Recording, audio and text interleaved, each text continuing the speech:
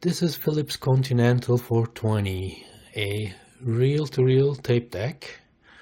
It's a vintage recorder from mid-60s.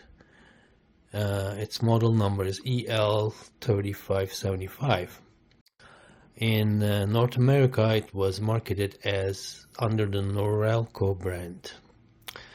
So this tape deck also has an amplifier in it and a speaker, so it doesn't need an external amplifier to produce sound, but according to my search through the internet, it said that it sounds better if it's connected to an external amplifier. So this particular unit, like this particular unit, is a rescue from a fire, actually. Yeah, it's been subjected to some smoke, and there's a bit of a melted part of this front grill. I don't know if that's due to fire heat or some other mishap, but it's got a teak wooden cabinet. It's not really in really bad shape. It's okay. There's some obviously some of the writings on this front panel is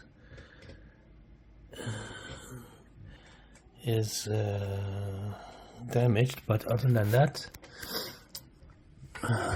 this is how the top looks.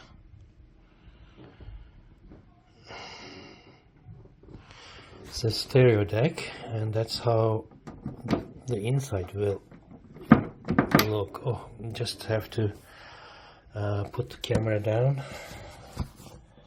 so that I can open there, because there are two little slides on the cover that keeps the cover in place, so I have to slide those.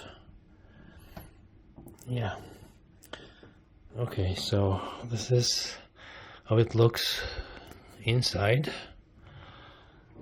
The usual play, fast forward, stop buttons, record, what's this, pause, rewind, wind, play, etc. And here's the Continental 420, and this is the little eye that shows the playback level or a recording level, depending on which mode it is in. And there is a classic push button reset of the counter. Obviously it's not digital. And here's the Phillips brand, and this tape actually can run in 1, 2, 3 different speeds. It's marked as 4.75, 9.5 and 19. I'm not quite sure what that refers to, but this is definitely different speeds, playback and recording speeds. And there is a speaker in here, even though this is a stereo deck.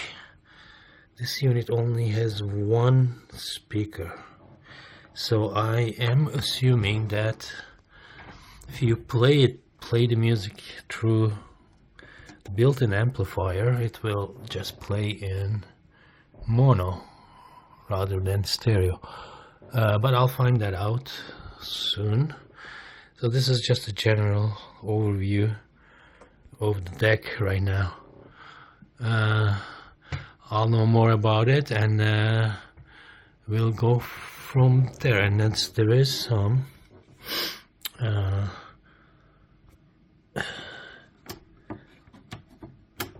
adjustments here. I am not sure what they are. And this one seems to be kind of stuck, so I have to take care of that. And here's the power. I wouldn't say a button, but it's like sort of like on-off switch. Interesting. Yeah, this is from the 60s, guys, and that's a real vintage equipment. So the next thing I'll do, just actually before I do the disassembly, I'll put it on a bulb and start it. Here's my, oh, let me see, see if it, ooh, yeah, I think there is a short somewhere. And I turn it off, the bulb goes off, and I turn it on. Yeah, I'm not sure if there's a short or not, but it's drawing some current, and there's a little bit of hum that I can hear. If I push play, nothing happens.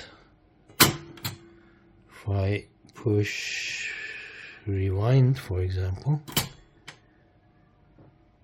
nothing happens either. Okay, so definitely has a problem. Hopefully we'll find out what the problem or problems are shortly. But that's it for now. So the next thing I'll do, I'll just disassemble it and see what's inside. So please hit subscribe and like, so that we can tell you when the second episode is ready. So you know, you can see what's inside, you know, what's wrong with it, and how, and if we can repair it. All right, thanks for watching. I'll see you in the next one.